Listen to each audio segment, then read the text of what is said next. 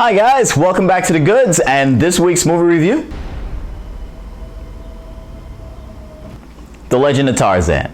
So this film's actually going to star Alexander Skaarsgard, and if you're a fan of True Blood, then that was probably enough to get you to go out and see this film. It also stars Margot Robbie, and if you're a fan of Wolf of Wall Street or Suicide Squad or anything else that Margot Robbie has currently been in, that was probably enough to get you to go out and see this film as well. Other people that we have in this film are Christoph Waltz, and he's going to be our villain for this film, doing evil because bad. And also in the trailer, we actually get to see that Samuel L. Jackson's in this film, and from the trailer, it made it seem like he had more of a cameo going into this movie, but as you watch it, you find out that his character is got a pretty extensive role, and he actually acts as more of the sidekick, comic relief, I guess, to Tarzan, to kind of break up the dramatic tension in a Tarzan film. I know it's kind of weird, but I mean, there is a lot of drama going on in this Tarzan film. But we'll talk more about his character when we get to the goods and the bads. So let me get into what the plot of this film was. So we have Tarzan, who's now in civilization, being convinced to return back to the Congo. And just like every other man in the history of ever, he gets convinced to do this by money and the will of his woman. And then also too, there's some slavery, things that are going on that, he wants to free some slaves. But he still gets convinced to go over to the Congo and return back home. And I have to say that this film actually acts as not only kind of like an origin story reboot for Tarzan, but it also kind of acts like a sequel, if you can kind of understand how that works.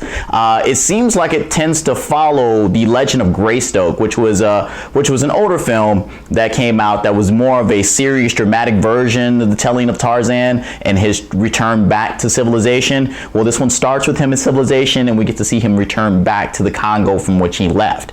I don't know what I thought I was going to get when I saw the trailer to this film, but that's what they gave us as a setup in the plot of this film. So that's what we're going to take when we talk about if we liked it, we didn't like this film. So let's talk about what I did like in the goods. All right, so the goods of this film are that the action scenes that they show you in the trailer, I mean, they were really good on screen.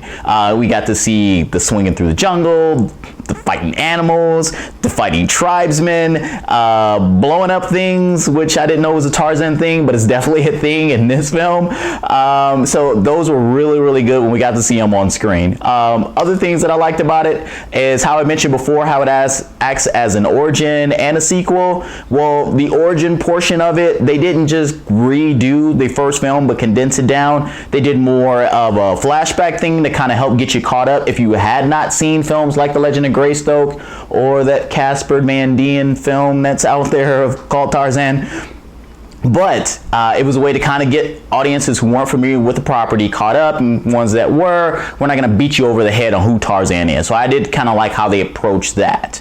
Other things that I liked about this film, jumping back to Samuel L. Jackson, is that his comic relief aspect did work well, because there were some parts where it needed something to kind of lighten the mood, because they were kind of going down some serious and some darker paths and what the story actually got into, and then you kind of needed Samuel L. Jackson to make a one-liner or a joke to kind of bring that up. So I did like how his character was able to do that.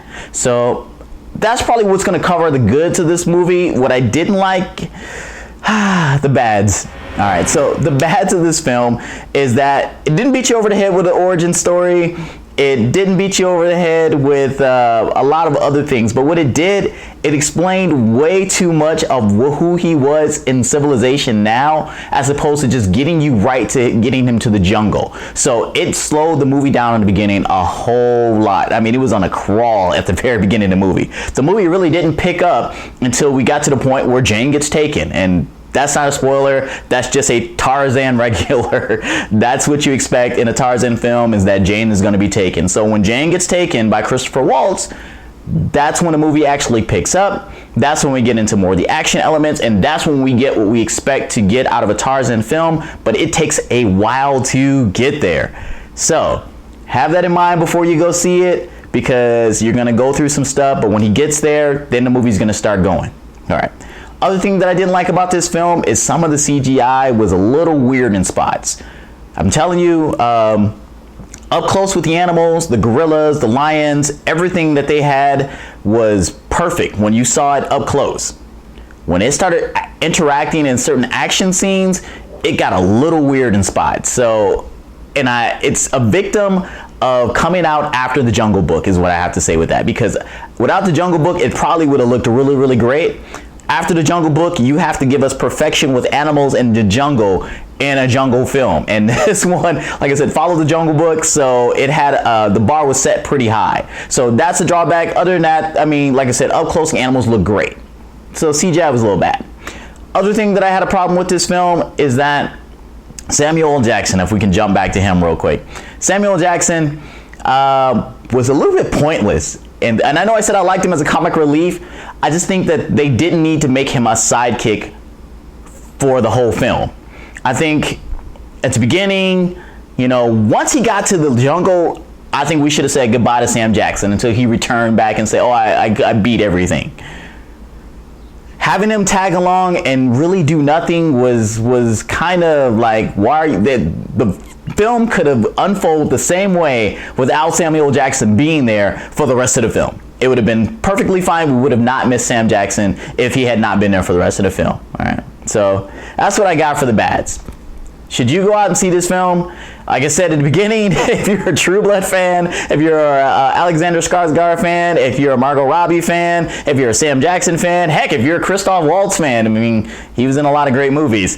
You're probably going to want to go out and see this film. I think they did great jobs acting-wise. I will say that if you're a True Blood fan, you're probably going to hear Eric in your head a lot when he's speaking, because he's trying to do this, he's trying to do an English accent, but it does a little bit come off like he's just Eric from True Blood when he's speaking. Not that he's playing the same character, but that's the thing. But either way, you're probably going to go out and see that anyway. I think it's a good action flick. I think it's enjoyable. It's not perfection. Like I said, there are some things that the bar was set pretty high for jungle films in the Jungle Book. And if they had condensed that beginning portion to get him to go to the Congo sooner, I think that would have worked out better.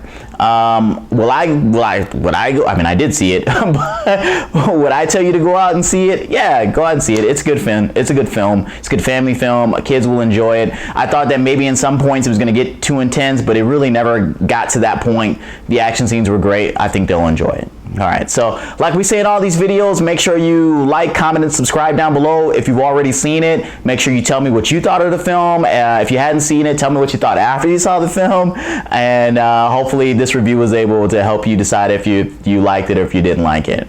But that's all I got for this week. Make sure you subscribe so that way you know when we do these reviews all the time, or any of other films that we do on the Goods channel when they get released as well. So I'll see you guys next week. Take care.